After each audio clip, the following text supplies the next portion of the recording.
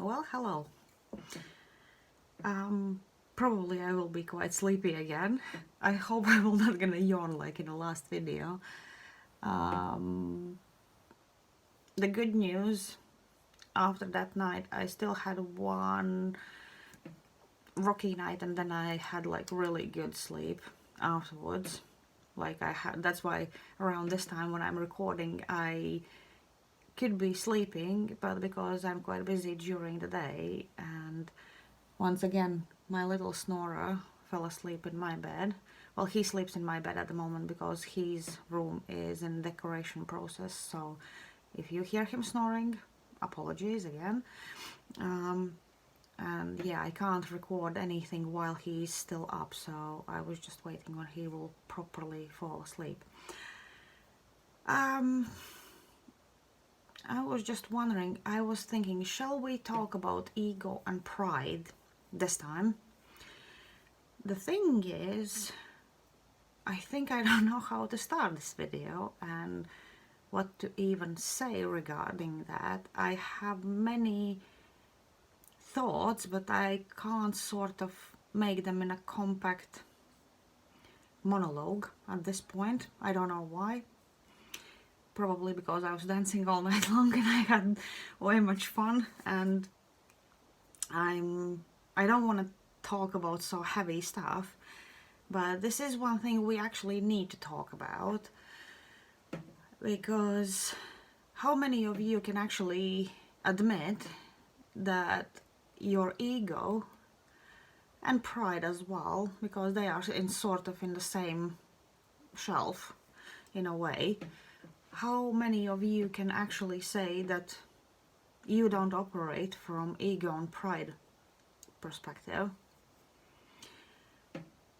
I can say one thing for sure. I am fighting with it.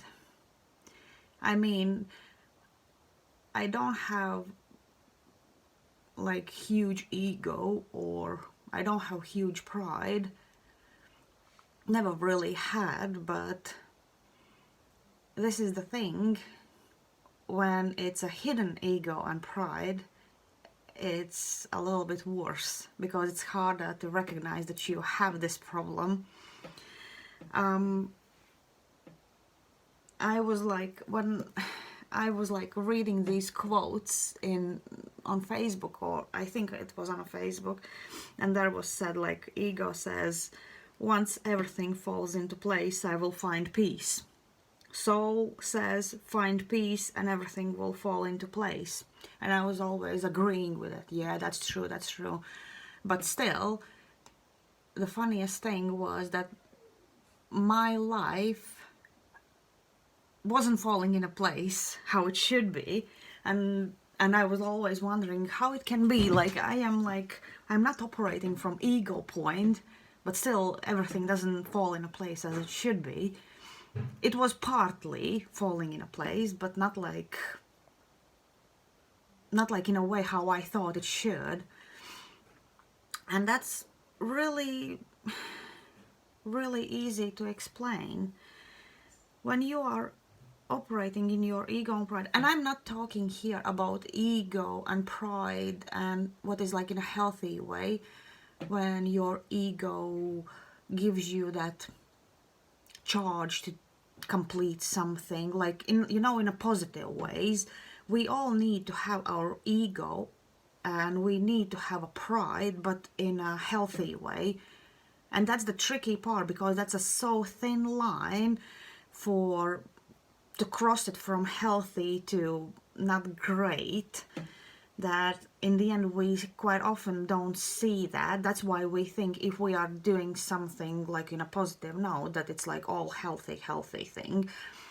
But in the end we just don't notice that thin line we already crossed, and we actually are not in a good ego and pride part already. How can I say, like, I'm sorry if you heard my other one laughing out loud over there. I can't help that either. So his laugh is so hilarious. He always makes me laugh. So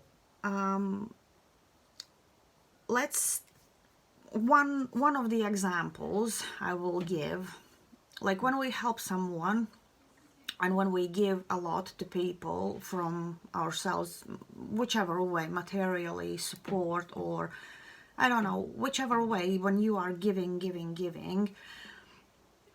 and then quite often happens that those people maybe don't sort of give back, or they just turn their back on you whenever you need them. So in the end of the day, and you are sitting and thinking, oh, I helped them so much, why they are so ungrateful. There, this is ego talking. This is your pride talking. Because the thing is, like, I know we all, when we are helping someone, somewhere deep inside, we hope that that person, whenever we will gonna really need, that they will gonna help us. It's nothing wrong with hoping, but if you do everything with an idea, one day that person will gonna help me too, that's already ego. It's already not helping. It's like a waiting. It's like some sort of business. I'm helping you, you will gonna help me. Nah, it doesn't work that way. It's your ego who wants that. It's not healthy anymore if you expect someone to do the same things in return. Then why in the end you are even helping if you expect them to do the same for you? They are not the same as you, so you shouldn't expect anything from them. True, true. But our ego wants that to happen. If you go and help from the pure heart, just because you want to help.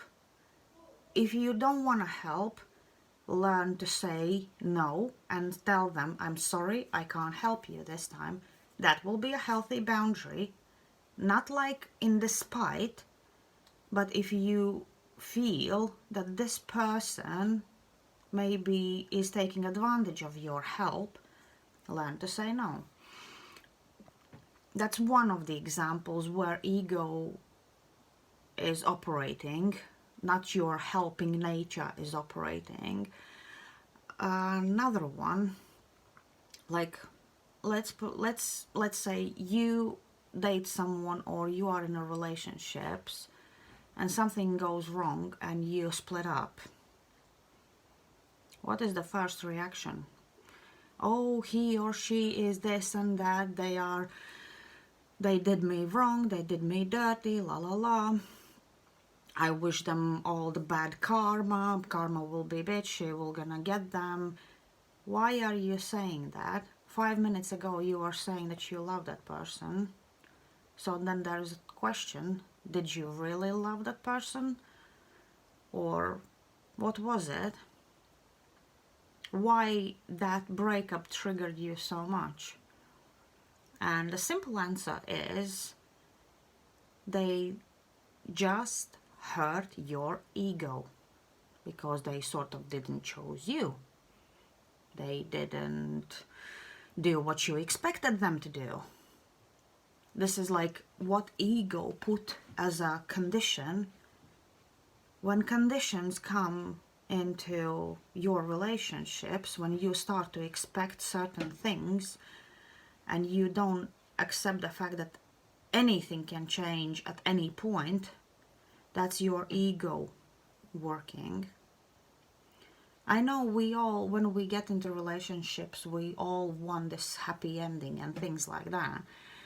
But by the end of the day, Buffy today had a really nice video. If you can watch her video of, as today, that's like 19th of June.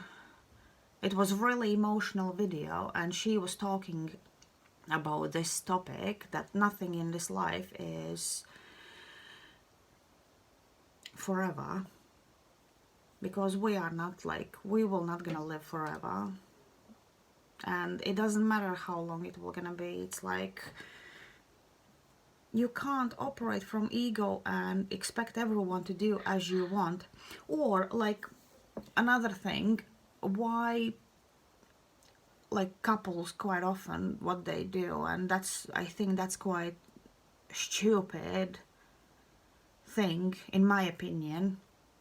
They have an argument, and instead of sorting out the issue, they just give a silent treatment. What is that? What is the silent treatment thing? That's ego operating from both sides, or from one side if other side is trying to change something or do something. Okay, I don't say about this first cooling down moment. You had an argument. Arguments are for what?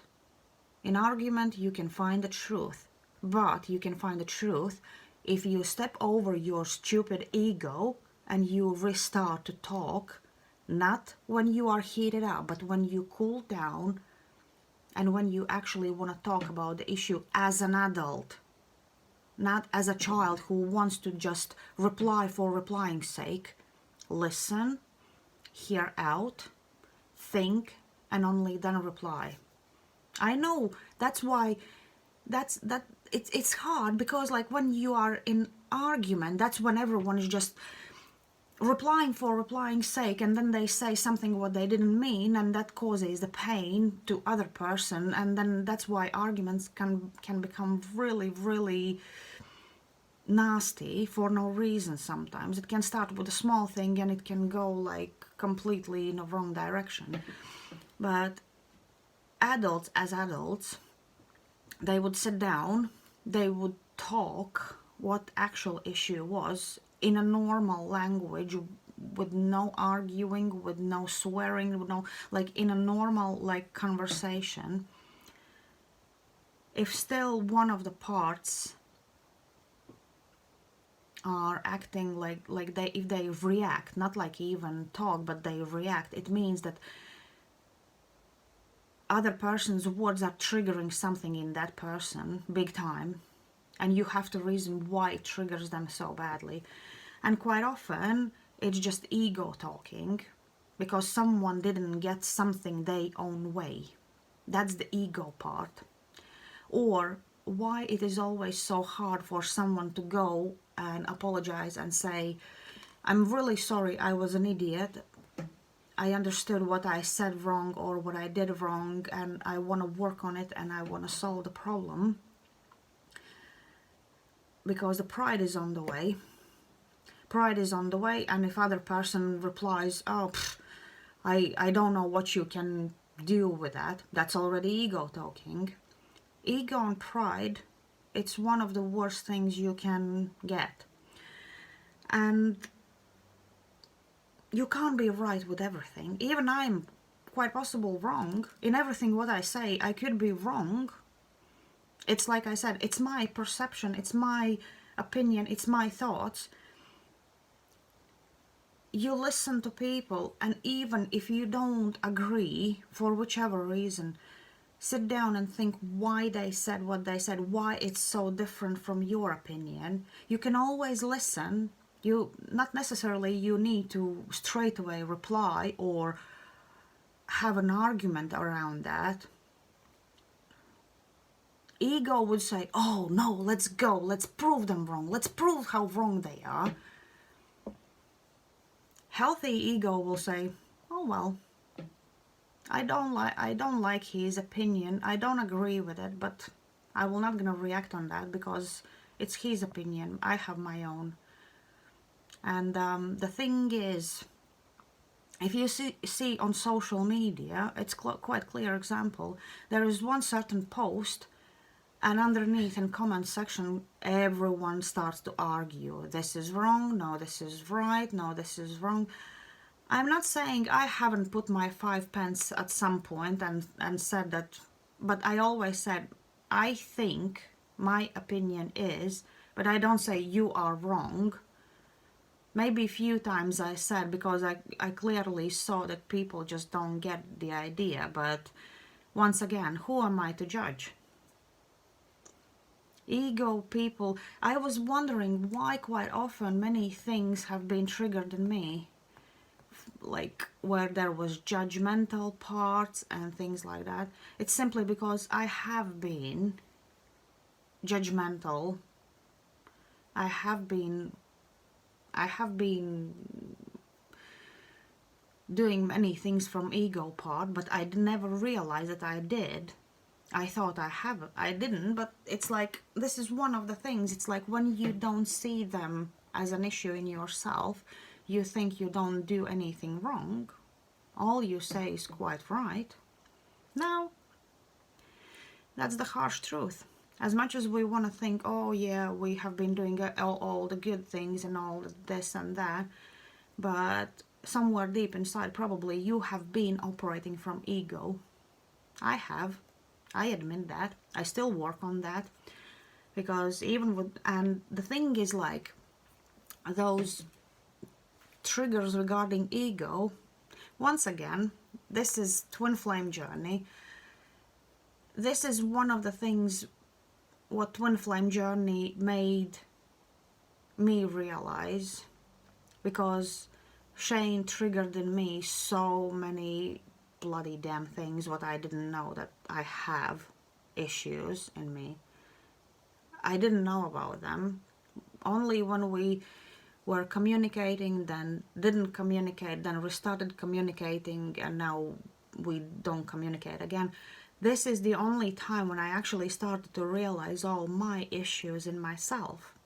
And the best part, and the thing is, the best part in no communication is, like, I can reflect on the past, remember what he said, how I reacted, what I thought on that moment, and understand, and trying to understand why I reacted that way, or why did I thought that way.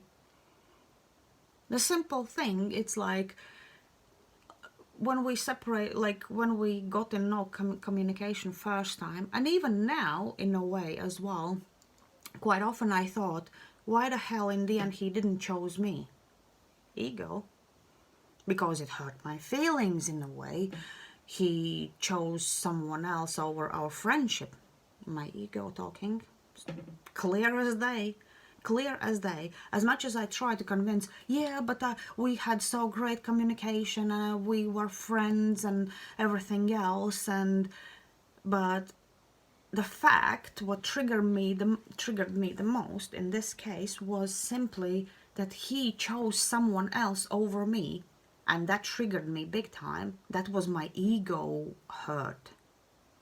My ego was so hurt on that moment. But it's nothing to do with me. It's his choices. Why my ego hurts about his choices? It's his life, it's his choices, it's his lessons, it's his way, how he will gonna learn things about himself and his life. Why does it hurt me so badly? I know, someone will tell, oh, that's just because you still love him. Here is the truth. I love him since the first day I met him. Always loved. And no matter where we will gonna be or not gonna be or whatever will gonna happen, I will always love him. I just can't change that. I will love him. It doesn't mean that I will not gonna find someone else whom I will gonna love in a differently, but same strong. And I believe I will find one day. It's just the fact what I have. My love to him is unconditional. I'm not asking of him anything, even though my ego wanted something. But this is the reason why we separated second time, because I started to feel that, all, like I said in previous videos, I felt that something is starting to become toxic, because I start to become the same as I was like 6 years ago. It's a regress, not a progress, right? So that's why I asked him not to communicate. So I asked him to block me, so I can't write him anymore. So, and that's what I said during that while he found someone else. And that's when I had like this, again, deep inside, I had this trigger inside. Why again he chose someone else over me? But then again, We were just friends, and I think in this case it was more of the fact that he chose someone, and I think this time it was more about the fact that I didn't like the fact that and this is again ego talking, I wanted him to be better friend to me. I wanted him to be the same friend as I was friend to him. Ego again. How can I ask something from someone? I am not him. I don't know what he's thinking. I can't, it's not my job, it's not my place to put these conditions, because I put the conditions on our friendship and our twin flame journey. That's ego talking. I put these conditions on him. You have to be the same friend as I am to you. No, he don't have to be. No one have to be. And when I started to realize about this thing, that I was expecting something from him, that's my ego. That was again my ego talking. Conditioning is one of, like, when you condition something, this should become like that. That's your ego talking. It's not unconditional love. It's not unconditional friendship. It's not nothing. It's your ego wanting something. Ego needing, not even wanting. Ego needs. Your ego needs this. Your ego needs that. And in the end of the day, it does what does it cause? Good that we are in a separation, because it gave me a time and space to think what I have been doing wrong again. And that's one of the hardest things. Ego is one of the hardest things to fight with, because it's so slippery. We can be in a great place and everything. We start to understand things and we start to operate more nicely, but the smallest thing can slip. We are all humans. We can slip and we can get back into this conditioning mode. It's really big job to control that. Not control other person, control yourself, and not let ego be in charge. Let the love and let the heart and let the unconditional love be in charge. When you don't expect anything from that person, from other person, whichever person you are in contact with, don't expect anything from them. As long as you think it comes from the heart and you are open to it, don't expect anything from them. If you expect something from someone, get a dog. Control them. Learn them to be the way how you want them to be. There you can put all your ego. I thought to that dog all these things, and be prideful about it, and be, get yourself a pet. But when you will gonna get a pet, you will realize that you love that pet unconditionally the way it is. And that's how we love. We have to love our other halves. But we put always conditions on them. And as funny as it is, quite often we put conditions on our kids as well. So let's just think about it for a while. Let's think what we can change in ourselves regarding ego. And when you will gonna clearly accept the fact that we all operate from ego mode, and we have to really think how we control that ego. I lost my thought. Anyways, I will finish this video. So just think about it. Be truthful to yourself. You can lie to everyone around you how good you are, but don't lie to yourself. We will always operate from ego perspective, more or less. But let's make it less than more. All right? Okay, I will see you in the next video.